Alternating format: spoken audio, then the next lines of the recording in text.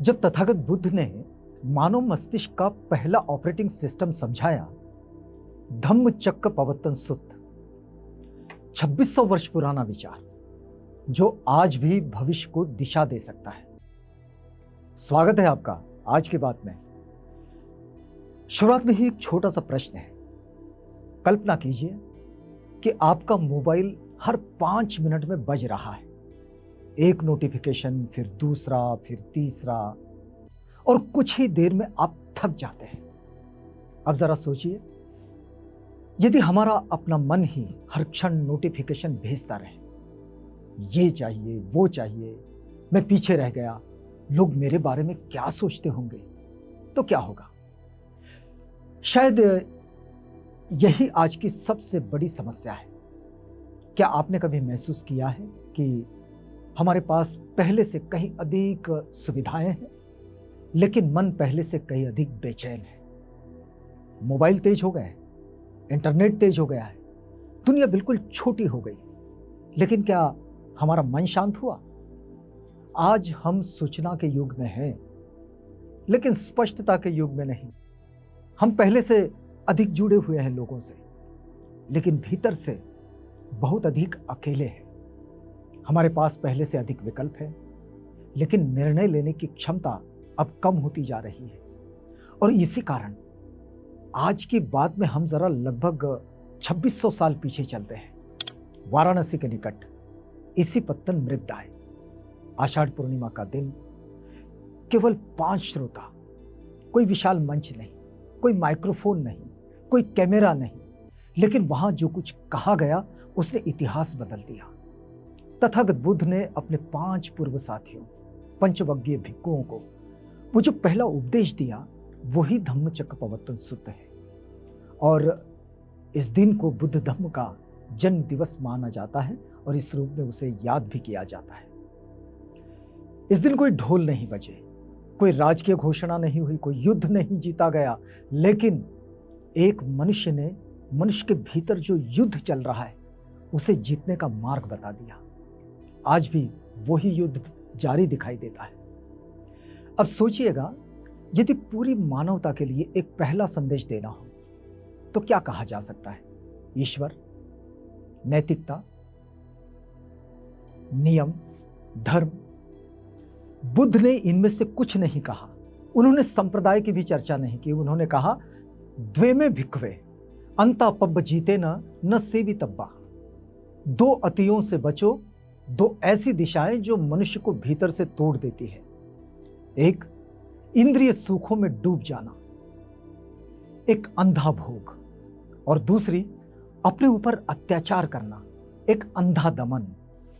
और फिर उन्होंने केवल 2 शब्द कहे, मध्यमा पटिपदा, मध्यम मार्ग। जरा सोचिए, आज की दुनिया की सबसे बड़ी समस्या क्या है? अत्यधिक काम या बिल्कुल उद्देश्यहीन जीवन, अत्यधिक उपभोग या अत्यधिक तनाव, अत्यधिक अपेक्षाएं या अत्यधिक निराशा।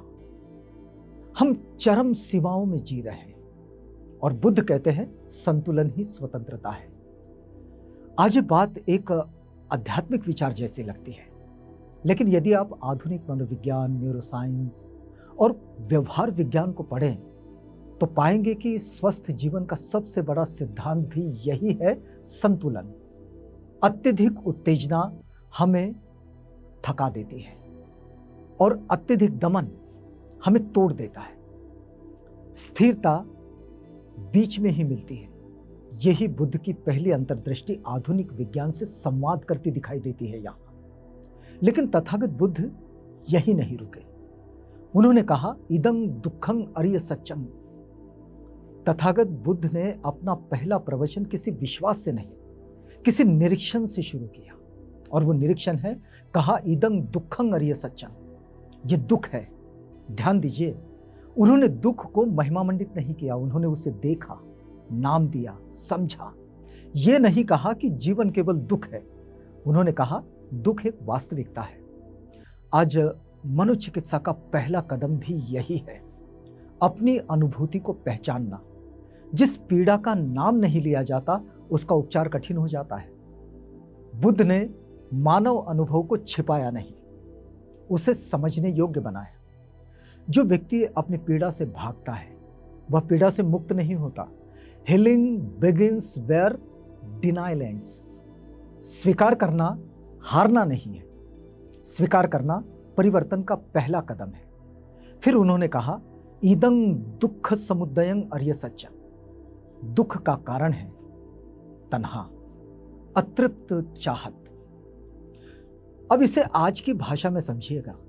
सोशल मीडिया हमें बार बार जताता है कि आप अभी पर्याप्त नहीं हैं। विज्ञापन कहते हैं एक और वस्तु, तब आप खुश होंगे। एल्गोरिदम कहते हैं बस एक और वीडियो। व्यवहार विज्ञान इसे रिवॉर्ड लूप कहता है। न्यूरोसाइंस डोपामिन आधारित प्रेरणा चक्र का अध्ययन करती है। आज विज्ञान इसे अलग अलग नाम देता है। डोपामिन लूप, व्यावहारिक लत, तुलना की मानसिकता, उपभोक्तावादी दबाव। तथागत बुद्ध ने बस इसे एक शब्द में समेट दिया, तन्हा, तृष्णा। क्या यह आश्चर्यजनक नहीं है कि 2600 साल पहले जो भाषा अनुभव की थी, आज वही बात प्रयोगशालाओं में शोध का विषय बन गई है। लेकिन बुद्ध केवल समस्या बताने वाले शिक्षक नहीं है, वे समाधान देने वाले मार्गदर्शक थे। और फिर उन्होंने एक ऐसी बात कही जो आज भी आशा देती है, इदं दुख निरोधं अर्य सच्चा। यदि कारण बदला जा सकता है तो परिणाम भी बदला जा सकता है। क्या संदेश है? इसका अर्थ है कि कोई भी व्यक्ति अपनी वर्तमान मानसिक स्थिति का कैदी बनकर जीवन भर रहने के लिए अभिशप्त नहीं है। परिवर्तन संभव है, शांति संभव है, आंतरिक स्वतंत्रता संभव है। यही विज्ञान का भी सिद्धांत है। कारण बदलो, परिणाम बदल जाएगा। तथागत बुद्ध ने यही बात मानव मन पर लागू की और इसके बाद उन्होंने समाधान दिया, अर्यो अट्ठांगिको मग्गो। इसे हम धार्मिक मार्ग समझ लेंगे तो बस ये बहुत बड़ी गलती हो जाएगी।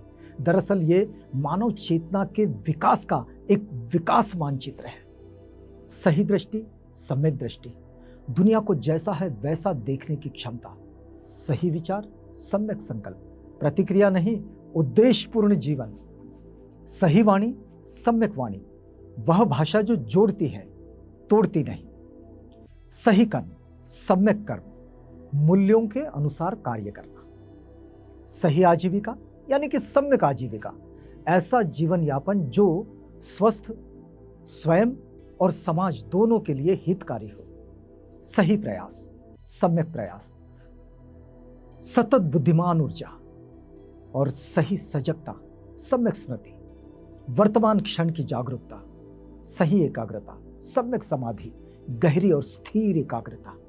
आज विश्व के अनेक विश्वविद्यालय माइंडफुलनेस, ध्यान और करुणा पर शोध कर रहे हैं। और ये सारे शोध ये संकेत देते हैं कि नियमित सजगता यानी कि माइंडफुलनेस और ध्यान का अभ्यास मस्तिष्क की कार्यप्रणाली पर सकारात्मक प्रभाव डाल सकता है। तनाव कम करने, भावनात्मक संतुलन बढ़ाने और ध्यान क्षमता विकसित करने में सहायक हो सकता है।